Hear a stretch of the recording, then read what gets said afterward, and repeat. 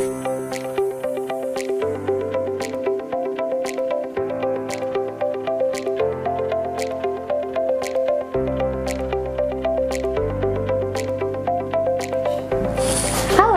siang Healthy People, bertemu lagi bersama saya Dr. Saras.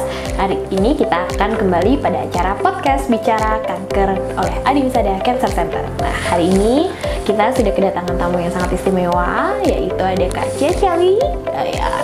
Bagi Healthy People yang sudah tahu, Kak Cia ini adalah seorang survivor cancer yang hari ini kita akan tanya lebih dalam kepada Kak Cia gimana sih perjalanannya dalam menjalani pengobatan kanker dari awal mulai terdiagnosa sampai dengan saat ini, dan nanti kita akan gali juga sharing atau tips-tips dari Kak Cia untuk teman-teman di rumah atau para pejuang cancer yang ada di rumah.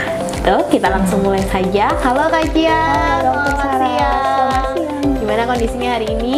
Hari ini baik. Oke sih, so far nggak pernah kenapa-napa untungnya ya. Kita harap selalu Kak Cia selalu dalam kondisi sehat. Nah, Healthy People di rumah ini pengen tahu nih cerita dari Kak Cia selama menjadi survivor cancer. Nah, mungkin diawali dari perkenalan dulu karena tak kenal maka tak sayang deh Kak Cia ya. Mungkin boleh dikenalkan dulu Kak Cia, nama, mungkin usianya, dan survivor cancer apa sih Kak Cia? Monggo. Halo semua, nama aku Claudia tapi lebih sering disapa Cia. Jadi aku umur 27 hampir 28 dan seorang breast cancer survivor. Sudah didiagnosa dari tahun lalu, jadi sudah menjalani treatment selama setahun ini. Oh, setahun. Oke, luar biasa. Nah, kita langsung aja nih Kak Cia mau tanya. Kak Cia, dulu pertama kali, 1 tahun yang lalu ya berarti? 1 tahun yang lalu terdiagnosa dengan cancer itu lebih tepatnya kapan dan bagaimana tuh sampai akhirnya tuh terdiagnosa kanker? Perjalanannya di awal itu seperti apa? Jadi awalnya aku sadar ada benjolan di payudara sebelah kiri. Tapi kan karena nggak semua benjolan kalau di Google itu cancer, jadi kita nggak punya ekspektasi oh itu akan jadi kanker. Tapi pas waktu check up ternyata dokter curiga kalau itu cancer, terus langsung diarahkan untuk cek lebih lanjut melalui biopsi, mamogram USG, dan ternyata hasilnya cancer. Lalu aku langsung disarankan untuk PET scan untuk melihat kayak apakah ada penyebaran dan lain-lain. Dan ternyata sayangnya sudah ada penyebaran. Jadi dari situ ditentukan kalau ini sudah pasti cancer dan stadium 4 karena ada penyebaran di tulang, paru-paru, sama kelenjar getah bening. Oh, oke. Tepatnya bulan apa tadi kalau Iya, tepatnya 22 Juni 2023. Oh, berarti sebenarnya masih kurang lebih 1 tahun jalan 3 bulan ya. Betul. Mungkin ya dari saat ini. Oh, berarti 1 tahun yang lalu ada benjolan kemudian memeriksakan diri. Nah, apakah benjolan itu sudah terasa lama atau baru munculnya Kak Cia pada waktu itu? Sebelumnya kalau aku flashback gitu ya, aku sadarnya tuh udah beberapa waktu, cuman aku nggak sadar itu benjolan. Jadi aku kira itu hanya otot. Oh, oke. Tapi makin lama kayak makin pasti, oh ini ternyata benjolan.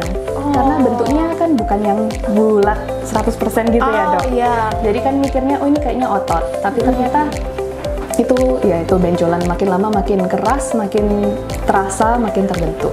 Oke. Pertama kali akhirnya merasa wah ini harus diperiksakan ke dokter ini. Pada waktu itu kenapa? Ada triggernya nggak Kak Cia? Sebenarnya dari awal ada benjolan tuh sudah mau periksa begitu sadar ya. Tapi waktu itu kan juga masih masih ada urusan, banyak keperluan, jadi kita nggak mikir untuk langsung periksa. Tapi karena makin lama kok makin takut gitu ya, kenapa-napa, barulah akhirnya kita periksa.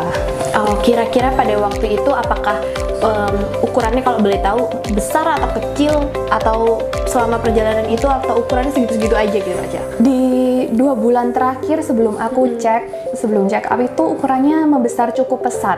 Sebelumnya sih nggak terlalu ya, jadi makanya aku nggak sadar yang dari otot ke benjolan tuh kan nggak terlalu sadar. Yang 2 bulan terakhir itu mulai membesar cukup pesat, jadi ukuran terakhir sekitar kayak sudah 5-6 gitu. Oh, 5-6 cm. Iya. Oke, baik. Jadi, tapi nggak rata ya dok bentuknya. Oh gitu, nggak bulat gitu ya? Nggak bulat, jadi kayak mungkin melebar dan tidak rata permukaannya. Oke.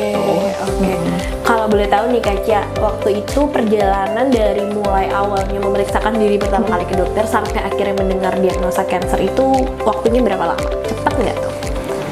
Eh, Dari mulai memeriksakan diri sampai terdiagnosa. Iya. Cuman 2 hari. 2 hari jadi periksa, habis periksa langsung besoknya tes, besoknya keluar hasilnya. Dan begitu hasilnya keluar, yang begitu ketahuan cancer, itu langsung disuruh untuk kemoterapi hari itu juga. Jadi 2 hari aja dari periksa sampai diagnosa sampai treatment mulai. Gitu. Oke, wah luar biasa, cukup singkat deh ternyata perjalanannya. Nah ini kan pasti tentunya ini kita bicara ke perjalanan seorang pasien dengan cancer. Tentunya kan ini bukan hal yang mudah, apalagi tadi Kak Cia cerita baru merasa beberapa lama kemudian periksa selang 2 hari terdiagnosa dengan cancer. Boleh nggak diceritakan perasaannya pada waktu itu seperti apa? Karena kan pasti sudah takut nih dari awal sebelum periksa, karena tadi Kak Cia bilang aduh takut gitu kan, akhirnya mendorong untuk periksa. Nah setelah mendengar diagnosa tuh gimana perasaannya Kak Cia, boleh di-share nggak? Sejujurnya awalnya shock berat pasti ya, karena siapa yang mau didiagnosa cancer gitu, apalagi udah menyebar. Lebih campur aduk karena macam-macam ya, kayak antara percaya nggak percaya, ada sedihnya, ada takutnya, tapi juga ada same time kayak wah harus berani nih, kalau enggak gimana. Terus banyak banget yang dipikiran gitu ya dok, karena kan kita nggak ngerti apa-apa nih tentang cancer, nggak ngerti apa-apa tentang kemoterapi. Betul. Terus kayak wah aku harus gimana nih, apa ada chance untuk sembuh atau bagaimana kehidupanku ke depannya gitu. Jadi semua campur aduk, tapi kalau satu yang paling itu ya pasti shock dulu sih aku. Shocknya itu shock banget, kayak belajar menerima kenyataan baru begitu. Baik. Nah, kalau boleh tahu, pada waktu memeriksakan diri pertama kali ke dokter, apakah sudah ada kesiapan? Maksudnya, karena kan kita pasti nih, kalau ketika kita takut, pikiran tuh kemana-mana, dan kita pasti memperkirakan hal terburuk. Tentunya di zaman sekarang nggak mungkin nggak googling, apalagi kondisi kita ini kenapa ya gitu, dan pasti kan kalau keluar di Google yang keluar yang menakutkannya dulu. Nah, apakah pada saat memeriksakan diri itu sudah dengan kesiapan itu, dan bagaimana sih caranya Kak Cia pada waktu itu meyakinkan diri sendiri untuk tetap aku lebih baik periksa saja sekarang gitu? Mungkin bisa Jadi sorry, nggak apa-apa. Oke, jadi awalnya kan pasti kita yang di googling banyak kan, memang di Google itu ada apa ya, nggak semua benjolan itu kanker gitu, tapi kan kemungkinan bisa jadi kanker karena pertumbuhanku pesat banget. Jadi aku sudah mempersiapkan, wah kalau ini kanker ya pokoknya aku harus siap, karena ternyata apa ya aku harus siap fight gitu kan. Tapi kita kan tetap ekspektasinya semoga tidak gitu. Sejujurnya lebih kaget tuh bukan tahu kansernya, tapi saat tahu ada penyebaran sih dok, kalau aku pribadi. Kalau aku pribadi saat tahu ada penyebaran tuh lebih sulit gitu, kayak karena kan kayak lebih bahaya ya. Jadi yang aku persiapin pas itu sih kayak apa ya, lebih ya harus cepet ditanganin, karena kalau nggak ditanganin aku yakin pasti nanti tambah buruk, apalagi 2 bulan terakhir tuh cepet banget getting worse-nya. Dan sebelumnya pun aku meyakinkan diri untuk periksa, karena aku juga tahu semakin cepat kita tahu apa itu, semakin besar peluangku untuk bisa sembuh. Dan kalaupun itu nggak bahaya kan bagus, tinggal operasi gitu kok selesai. Dan kalau itu bahaya, yaitu aku bisa segera memulai pengobatan supaya ada chance sembuhnya lebih besar gitu. Oke, berarti tadi ya yang pertama tuh ready to fight ya dulu ya. Kita harus motivasi. Nah, pasti nih selain Kak Cia sendiri ada peran dari orang lain, ya kan tentunya.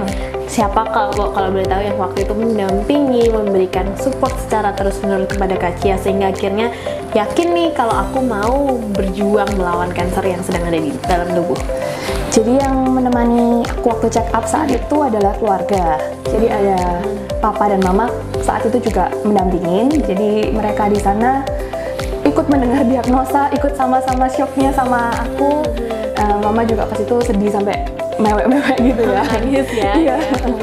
Tapi ya sebenarnya justru dari diagnosa ini malah menjadi sebuah awal baru untuk aku dan keluarga. Karena sebelum itu kita sempat nggak terlalu deket lah anggapannya sebagai keluarga. Cuman justru karena sakit ini dan mereka ada di sana sendiri menyaksikan nyata gitu, jadi mereka jadi ikut berjuang bersama aku, jadinya merasakan. Dan di situ kita lebih suportif lagi, lebih dekat lagi satu sama lain. Jadi ya mereka sampai sekarang yang selalu menemani, berobat, apapun yang aku butuhkan sebagai pasien kanker, mereka yang support.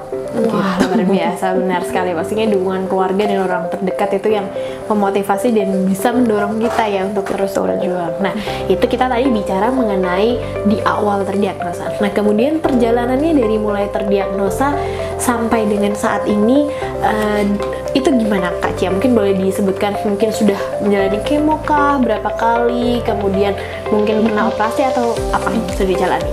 Jadi dari awal kan mulai memang kemoterapi ya dok. Jadi kemoterapi sudah sekitar mungkin 20 cycle totalnya. Iya 20 cycle, dan satu cycle tuh terdiri dari A dan B, jadi 2 kali gitu.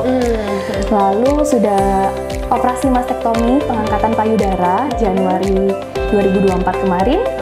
Lalu lanjut radiasi saat Juni sampai Juli 2024 kemarin.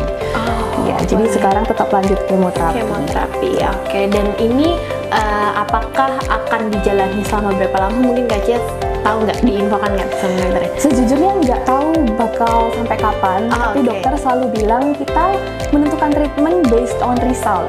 Jadi kita PET scan 3 bulan sekali, nanti dari PET scan itu dilihat hasilnya bagaimana, menentukan treatment selanjutnya. Tapi sejauh ini sih tetap kemoterapi kayaknya untuk jangka panjang. Oh baik, nah itu mungkin yang satu, mungkin healthy people mungkin belum familiar, karena kadang pikirannya treatment pengen tahu langsung berapa kali sih itu sampai dengan selesai. Kadang kan mungkin mendengar cancer survivor yang mungkin sering diwawancara atau apa, pikirannya mereka sudah tidak menjalani treatment apapun. Nah itu yang mungkin menjadi satu hal yang juga sama-sama motivasi bahwa sesama survivor cancer tuh masih terus tetap berjuang bersama ya benar ya Kak Cia, karena masih terus menjalani pengobatan gitu. Nah selama pengobatan ini ada nggak momen-momen yang sempat membuat Kak Cia itu down? Mungkin kan selama 1 tahun walaupun tidak singkat ya, maksudnya cukup singkat, mungkin sempat up and down pasti, motivasi atau semangat dalam menjalani terapi. Boleh di-share nggak ada momen-momen down apa kira-kira? Pasti ya, karena kan kita walaupun sesemangatnya kita pasti ada momen kita sedih, kita takut, kita udah capek gitu. Ada momen mungkin sekitar awal tahun ini dimana aku merasa kondisiku tuh drop parah. Memang pas itu sempat salah berobat di Cina gitu, dan itu kondisi drop parah.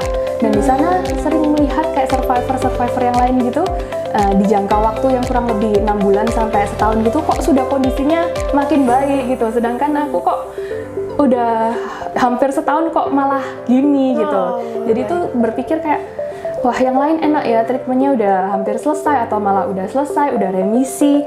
Terus di situ kan aku merasa kayak cukup down banget ya, kayak aduh sampai kapan nih aku kayak gini, apa bakal bisa nggak sih kayak sembuh, bisa nggak sih getting better lagi gitu. Tapi balik lagi aku berpikir kalau bukan aku yang menyemangati diriku sendiri, kayak nggak bakal bisa bangkit gitu. Jadi aku berusaha kayak snap out of it, kayak udah yuk nggak usah mikir yang negatif, nggak usah bandingin diri dengan teman-teman survivor yang lain, karena perjalanan tiap orang kan beda-beda. Jadi perjalananku bagaimana, ya udah aku fokus dengan diriku sendiri dan menjadi better physically, mentally, emotionally semuanya gitu. Luar biasa, ini yang perlu didengar healthy people, karena ini tadi dia ya, karena kondisi tiap pejuang kanker atau pejuang kanker di luar sana itu beda-beda. Jadi memang treatment yang A mungkin bisa di pasien A tapi belum tentu pasien B juga sama. Nah itu yang akhirnya karena ilmu kanker sendiri kan selalu berkembang ya. Jadi pasti Kak Cia sendiri juga tahu. Jadi pasti kan tidak semuanya itu sama. Kita cari bersama-sama dengan tim medis, itu yang akhirnya juga menuju pada treatment yang terbaik untuk pasiennya kan. Nah tadi kita bicara tentang momen-momen down. Nah sedang ada nggak momen-momen tidak terlupakan selama menjalani treatment cancer ini atau pengobatan cancer? Mungkin yang dirasa, duh aku kalau nggak ketemu aku nggak akan semangat nih sampai detik ini, atau apa kejadian apa? Ada, pasti juga ya. Nggak cuma down, pasti ada up-nya. Pasti up-nya. ada momen dimana pertama kali nggak lama habis aku didiagnosa nih, teman-temanku tuh bikin surprise kecil-kecilan ya kayak untuk menyemangati gitu. Jadi mereka bikin surprise party buat aku biar keep fighting gitu. Itu menurutku berkesan banget ya, karena aku merasa dapat support dari teman-teman terdekat gitu, orang-orang yang selalu care buat aku. Terus selain itu aku juga ketemu beberapa pasien kanker yang sekarang jadi bestie banget gitu sama aku. Jadi kita gara-gara sama-sama sakit awalnya, tapi justru kita saling menguatkan gitu. Dan kita sekarang tiap berobat gitu ketemu malah seneng ya, happy. Jadi berobat nggak cuman kesannya berobat, jadi pasien, tapi juga ketemu temen kayak ngobrol-ngobrol dan masih bisa have fun gitu. Masih bisa have fun, luar biasa ya, betul sekali.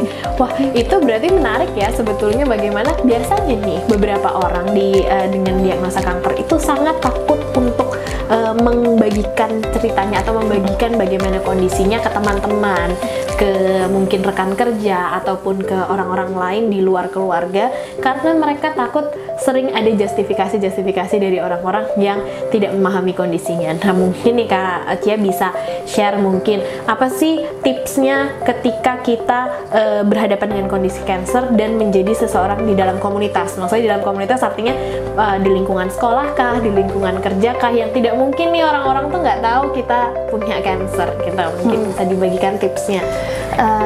Satu, menurutku aku nggak peduli apa yang orang lain pikirin dulu, karena kalau kita mikirin apa yang orang lain ngejudge kita, mikir tentang kita, ya kita bakal overthink segala sesuatunya sih.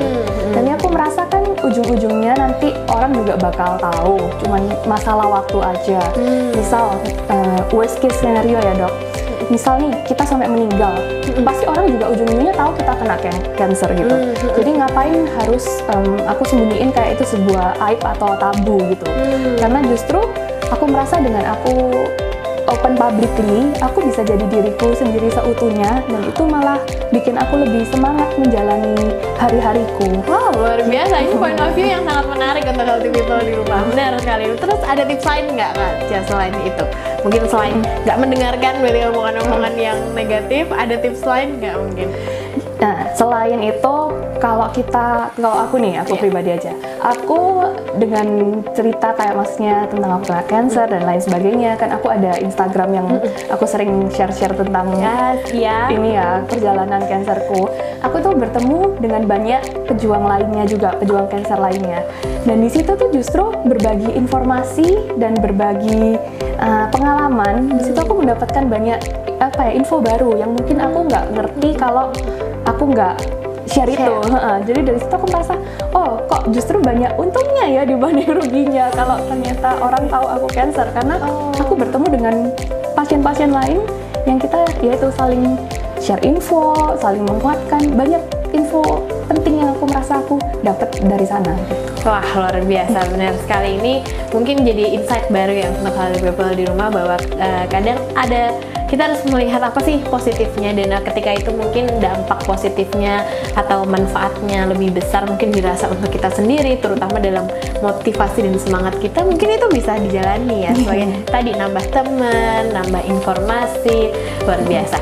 Oke, untuk sekarang kita tadi bahas perjalanannya. Nah, sekarang bahas yang sekarang saat ini sedang jadi. Mungkin boleh di-share dulu Kak Cia, ini sebelumnya kuliahkah atau bekerjakah, dan kemudian bagaimana sih menjalani hari-hari saat ini dengan menjadi seorang survivor cancer?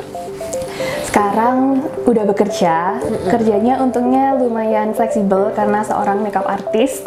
Jadi kerja kalau ada klien aja. Iya. Tapi semenjak kena cancer ini kan ya pasti mengganggu ini ya, pekerjaan dan lain-lain. Jadi sempat kayak nggak ambil klien sama sekali karena nggak bisa, nggak nutut sama berobat dan jadwal tentang urusan cancer lah. Tapi terakhir ini karena kondisi juga udah mumpuni, udah membaik gitu, udah bisa mulai ambil klien lagi, dan kalau weekend udah kembali ngejob gitu. Luar biasa. Dalam menjalani aktivitas hari ini, apa sih batasan-batasan Kak Cia selama ini? Mungkinkah misalnya contoh, aku mau kerja tapi kerjanya aku cuma bisa 8 jam sehari, atau mungkin punya batasan dari segi jarak kah, atau makanan kah, mungkin sampai ke makanan mungkin ada batasan-batasan dalam menjalani, itu mungkin bisa di-share. Oke, banyak. Yang pertama, pokoknya istirahat harus cukup dulu ya dok, karena kita kan beda sama orang normal. Tetap istirahat, aku pastiin cukup, ambil job dan lain-lain pun nggak asal ambil gitu, nggak, karena percuma kalau aku ambil banyak-banyak terus sakit, terus ujung-ujungnya harus cancel gitu. Itu jadi kayak nyari sepasnya aja lah, kalau bisa ya ambil, kalau nggak bisa ya nggak. Makanan juga pasti ada batasan ya. Sehari-hari tetap makan bergizi yang kayak ada sayur, kan sayur buah-buahan itu pasti harus selalu masuk. Terus mengurangin karbo. Tapi sisanya kayak kurang lebih masih makan kok yang lain-lain, cuman menghindari yang processed food, makanan yang dibakar, gitu-gitu. Oke, wah menarik. Nah, tapi kan seorang makeup artist nih Kak Cia, biasanya kan harus kalau kita makeup, apalagi event-event besar, contoh wedding gitu, itu kan pasti harus dari subuh. Berarti kan dari makeup artist sendiri kan harus ready dari subuh. Itu gimana Kak Cia selama menjalani itu? Apakah itu menjadi halangan, batasan dengan kondisinya saat ini? Sempat menjadi halangan karena pasti nggak bisa ngambil semua klien yang subuh kan, karena juga memang banyak yang subuh. Tapi karena aku sudah membatasi jumlah klien yang aku ambil per bulannya anyway, jadi kalau ada yang subuh pun nggak apa-apa, yang penting kemarinnya aku harus kosong, nggak bisa kayak 2 hari berturut-turut subuh gitu, nggak bisa. Oke, berarti ya itu tadi ya, mungkin karena Kak Cia apakah sudah ada di fase acceptance mungkin ya dengan kondisinya tadi, jadi tahu batasan menjalaninya, enjoy berarti dalam menjalani ini. Wah, luar biasa banget. Mungkin ini yang penting untuk pejuang cancer di luar sana, bahwa bagaimanapun dengan menerima kondisi itu juga jauh membuat kita lebih easy ya, lebih gampang untuk menjalani sehari-hari, karena kita tahu batasan menjalaninya dengan nyaman juga gitu. Aku juga berusaha ini ya dok, kayak walaupun tahu nih kita sakit dan kita mengerti batasan kita sendiri, tapi aku juga berusaha bisa treat diriku seperti orang nggak sakit, karena aku merasa dengan aku mindset sehat, sembuh seperti orang normal, nanti lama-lama badanku pun akan kembali sehat dan kembali normal. Luar biasa. Gitu. Mungkin ini kalau di zaman sekarang terkenalnya positive affirmation. Iya, bisa aja. Baru tadi lebih baik lah, keren banget. Nah, ini nih Kak Cia, sebenarnya kan banyak ya yang di luar sana itu juga merasa bahwa setelah terdiagnosa cancer dunianya tuh runtuh gitu. Apa sih tipsnya untuk bangkit sampai jadi ada di posisi Kak Cia sekarang dengan kondisi sudah menerima kondisinya tadi, itu tipsnya apa sampai di titik ini, dan mungkin tips dalam menjalani up and down tadi supaya stabil mungkin? Pertama menurutku, aku selalu memegang moto it's all about the mindset gitu. Jadi aku berpikir harus mindset duluan nih gitu. Jadi kayak walaupun sulit banget ya, tapi aku kan mau sembuh gitu. Aku mau sembuh, jadi aku berusaha tidak berpikir semua hal negatif, kemungkinan negatif, yang hal-hal yang aku nggak perlu tahu.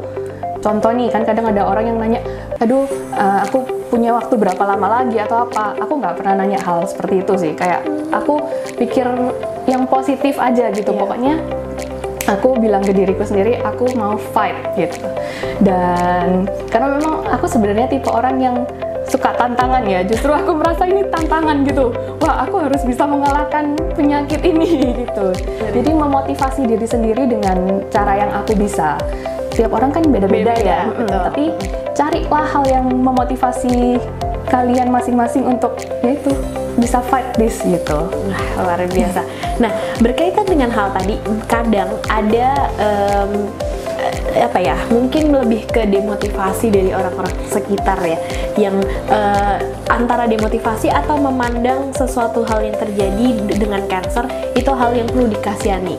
Pernah nggak Kak Cia selama menjalani sehari-hari itu ketemu orang malah dikasihani? Kadang pasti tidak nyaman itu untuk pasiennya. Bagaimana cara melawannya, atau misalnya cara menghadapi pandangan-pandangan seperti itu supaya tetap semangat dalam menjalani sehari-hari aktivitas? Pertama aku ngerasa balik lagi harus cuek, harus jadi individu yang cuek, karena kita nggak bisa ngontrol semua reaksi dan action orang di luar sana. Kita cuma bisa fokus ke diri kita sendiri. Jadi aku udah bertekad apapun reaksi orang gitu, ya pokoknya aku tetap harus begini gitu, aku tetap harus positif. Dan kalau memang ada orang yang mungkin secara nggak langsung mengasihani kita atau apa, kalau aku bisa kasih tahu, ya aku biasanya ngomong kayak, oh itu kayak nggak usah dikasihani gitu, treat aku kayak orang biasa aja, aku malah lebih seneng kok gitu. Gitu. Tapi sebenarnya ada plusnya juga dok. kadang nih ya misal kan tahu ada orang-orang kayak tahu, oh memang aku kena cancer walaupun tidak terlihat seperti pasien cancer ya kan. Terus kayak misalnya di tengah keramaian gitu nggak ada tempat duduk atau apa, terus karena mereka tahu Cia sini duduk gitu, kan itu jadi plus ya buat aku, kayak oh ya udah aku duduk aja. Betul. Ya, itu tadi ya, mencari apa hikmahnya ya. Pokoknya yang penting positif gitu. Yang diambil positifnya aja. Luar biasa. Nah, kita tadi udah bicara sampai detik ini. Nah, mungkin sekarang kita mau bicara yang ke depan. Kak Cia kira-kira nih dengan kondisinya menjadi survivor cancer, punya rencana apa sih untuk hidup Kak Cia ke depannya? Mau jadi apa Kak? Dan apakah kondisi sekarang ini membatasi Kak Cia untuk memiliki cita-cita atau harapan untuk berjalan hidup gitu? Sebenarnya lumayan, karena aku bilang di kondisiku yang seperti ini aku agak sulit nge-planning masa depanku, karena aku masih nggak menentu kayak kedepannya treatmentnya gimana atau bakal terjadi apa, kayak masih lebih sulit lah dibanding orang normal yang nggak ada penyakit gitu ya menurutku. Tapi ya aku berharap justru dari apa yang aku sekarang alamin gitu, apa yang bisa aku lakuin kayak aku share di sosmed, ya udah aku fokus di itu dulu aja. Jadi apa ya, jadi motivator mungkin, jadi sharing buat orang-orang lain. Banyak yang DM juga seneng gitu ya, mereka bilang kayak aku ikut semangat, aku merasa nggak sendirian, aku juga jadi seneng kan, kayak merasa berguna walaupun di kehidupanku yang juga lagi nyandet-nyandet. Jadi ya aku merasa sambil plan yang apa yang aku bisa, tapi kalau misal nggak sesuai ekspektasiku pun nantinya ya udah nggak apa-apa, aku bakal let it flow aja gitu. Nah, luar biasa. Nah, pastinya kan tadi kita bicara ada dukungan dari orang-orang sekitar ya Kak ya. Apa sih kata-kata mungkin dari entah mama, mungkin entah papa atau orang terdekat yang nggak akan pernah Kak Cia lupakan dalam menjadi motivasi gitu selama menjalani pengobatan sampai? Jadi aku sebenarnya kan punya pasangan, pacar ya, belum nikah. Kita doakan segera, amin. Jadi waktu terdiagnosa kan pasti kan kita bingung ya. Aku juga share ke pasanganku, aku bilang gimana nih kamu, kan aku sakit cukup parah ya. Biasanya orang kan ya berpikir ulang lah kalau pasangannya seperti itu gimana gitu. Aku bilang jangan stay sama aku cuman karena kasihan sama aku juga, aku nggak mau gitu kan. Tapi dia bilang enggak sih, aku nggak stay sama kamu karena aku kasihan sama kamu, ya aku memang tetap maksudnya mau menjalani hubungan ini sama kamu. Aku tanya kenapa, aku sakit parah loh gitu, nanti kalau misal gitu aku sampai meninggal gimana gitu. Terus dia bilang aku nggak pernah kepikiran sampai sana, aku yakin kamu pasti sembuh, makanya kayak aku nggak khawatir menjalin hubungan terus sama kamu gitu. Oh sweet, itu ya maksudnya kamu so sweet banget ya sih. Tapi memang ini hal-hal kayak gitu tuh penting banget ya, luar biasa. Saya salut, appreciate buat pasangannya Kak Cia juga ini luar biasa. Nah terakhir nih mungkin kita akan membahas, kan ini kita ngomong ke healthy people, kan kita mau sharing motivasi. Mungkin apa sih tipsnya buat para pejuang cancer yang ada di rumah untuk tetap terus semangat dalam berjuang melawan kondisi penyakitnya sekarang dan tetap mempunyai harapan hidup yang panjang gitu. Aku merasa sekarang ini pengobatan cancer udah beda sama dulu. Kalau zaman dulu kan orang selalu merasa kalau kamu kena cancer tuh udah kayak di apa ya, apa sih namanya dok? Vonis. Iya, vonis mati gitu. Udah kayak no chance, nggak ada harapan survive sama sekali. Tapi sekarang ini aku merasa sudah, untungnya teknologi di zamannya udah maju. Jadi pengobatan cancer pun tuh udah apa ya, modern lah. Kita banyak peluang untuk sembuh, bahkan stadium lanjut pun tuh banyak yang sembuh. Aku tahu karena banyak yang DM ya, banyak yang DM mereka, jangan khawatir aku juga stadium 4 kok, aku udah sempat nyebar ke otak gitu dan lain-lain, dan sekarang udah remisi, udah jalan kayak 7 tahun, berapa tahun gitu. Jadi dari sana aku kayak semangat juga kan, kayak wow beda ya sama dulu gitu. Dan menjalaninya sendiri seperti bisa dilihat aku juga terlihat baik-baik saja. Jadi aku merasa wah harapannya memang besar gitu. Jadi kayak ngapain kita stres-stres, sedih-sedih kalau memang ternyata kita bisa sembuh. Jadi mending do things yang membuat sembuh lebih cepat gitu. Oke. Nah, tadi kepikiran nih, setelah kita tips untuk yang pejuang cancer, tadi kan kita balik lagi ke yang kita bicara awal adalah bagaimana kakak sampai bisa memeriksakan diri ke dokter. Nah sekarang mungkin tipsnya untuk yang healthy people benar-benar belum ada cancer, apa sih tipsnya untuk mereka yang perlu aware lebih mawas diri mengenai kondisinya, kapan perlu memeriksakan diri, atau mungkin ada tips-tips perlu check up secara rutin atau gimana mungkin dari Kak Cia? Monggo. Menurutku check up rutin tuh penting karena di situ ketahuan ya ada apa aja yang perlu diawasin di tubuh kita. Selain itu karena bergizi, istirahat yang cukup, jaga pola exercise, menurutku aware tentang diri itu penting gitu. Nah, tadi Kak Cia kan sudah share tips untuk para pejuang cancer yang ada di rumah. Nah, sekarang boleh nggak Kak Cia share untuk para pasien ataupun healthy people yang masih sehat sebetulnya, jadi belum terdiagnosa cancer, apa kira-kira yang perlu dipahami atau perlu dilakukan untuk pasien-pasien yang masih sehat untuk lebih aware mengenai kondisi kesehatan tubuhnya? Oke. Jadi check up rutin tuh pasti penting karena dari check up ketahuan ada yang nggak beres dengan tubuh dan itu bisa ditindakin lebih lanjut. Selain itu karena aku juga cancer payudara, jadi aku mau ngingetin yang perempuan, yang cewek-cewek untuk aware diri sendiri, terutama di area-area perempuan. Kalau ada benjolan, ada yang aneh gitu, mungkin boleh dicekkan. Kadang orang sering sering takut, kayak wah aku sadar nih ada benjolan tapi aku takut kecil aja gitu, gimana ya? Aku bilang sih tetap lebih amannya di check upin gitu, karena ketahuan lebih cepat, survive-nya, chance-nya lebih besar, sembuhnya lebih cepat juga gitu. Iya betul sekali itu. Healthy people perlu dengarkan nih tips dan motivasi dari Kak Cia. Nah sekarang Kak Cia boleh nggak tolong share apa sih harapannya untuk layanan kanker, terutama layanan kanker yang ada di Indonesia yang nantinya tentunya akan mengobati pasien-pasien kanker yang ada dari Indonesia. Gimana? Aku berharap di Indonesia boleh semakin maju, semakin semua alatnya, semua apapun tuh ada ya pastinya, semakin profesional juga. Jadi kita yang semua pasien di Indonesia pun tuh nggak perlu sebenarnya keluar negeri, langsung di Indonesia aja semua ada. Karena menurutku itu pasti berguna banget gitu dan sangat membantu pasien-pasien di Indonesia yang juga jumlahnya banyak. Luar biasa tipsnya. Nah, ini pertanyaan pamungkas terakhir.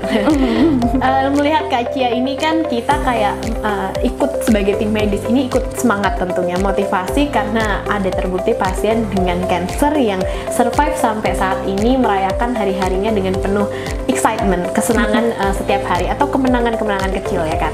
Nah, gimana sih Kak tipsnya untuk merayakan setiap kemenangan-kemenangan kecil ini tentunya bagi para pejuang kanker yang tadi yang kita bilang ada ups and down ya pastinya. Nah, merayakan itu sehingga menjadi motivasi untuk diri sendiri. Jadi aku merasa sekarang nih cara pikirnya agak berubah ya dok. Jadi merasa setiap momen tuh berharga. Jadi aku berusaha untuk preserve the moment sebanyak mungkin as possible. Dan dengan begitu tuh jadi hal-hal kecil tuh menjadi hal-hal besar buat aku. Karena yang dulu kayaknya hal-hal besar tuh pencapaian atau yang lain-lain, sekarang tuh even sekecil misalnya spend time sama orang-orang terdekat itu tuh sudah something yang valuable buat aku. Jadi dari sana aku ingin preserve all those moments, menghargai ya momen-momen itu semua gitu. Iya. Oh, luar biasa. Itu healthy people benar-benar satu kunci ya, dan pastinya tentu support dari orang terdekat itu bermakna banget untuk Kak Cia dan juga para pejuang kanker yang ada di rumah. Nah, itu dia tadi healthy people sharing kita bersama Kak Cia hari ini. Harapannya sih semua harapan dan juga cita-cita Kak Cia ke depannya bisa diberkahi Tuhan, bisa tercapai, dan juga pejuang kanker di rumah juga bisa mendapatkan motivasi dan semangat sebesar Kak Cia sehingga kondisinya juga survival rate-nya tinggi seperti Kak Cia yang ada di sebelah saya hari ini. Nah, itu tadi healthy people. Nanti kalau misalnya healthy people butuh informasi lebih lanjut mengenai cancer, bisa langsung menghubungi Kak Cia. Mungkin kalau mau sharing infonya dari Kak Cia, boleh Kak Cia di-share Instagramnya apa? Di @ciaciali, CIACIALEE. Nah, tuh pasti Kak Cia akan banyak share mengenai pengalamannya selama menjadi survivor cancer, dan tentunya healthy people bisa mencari informasi juga di Adiwisada Cancer Center. Bisa follow dan juga ikuti di sosial media kami di Instagram, di YouTube, di TikTok, dan juga bisa datang langsung ke Adi Wisada Cancer Center yang ada di RS Adi Wisada Undaan Wetan, Surabaya. Oke, Kak Caca, terima kasih untuk sharingnya hari ini. Kita doa, boleh peluk dulu nggak? Thank you ya.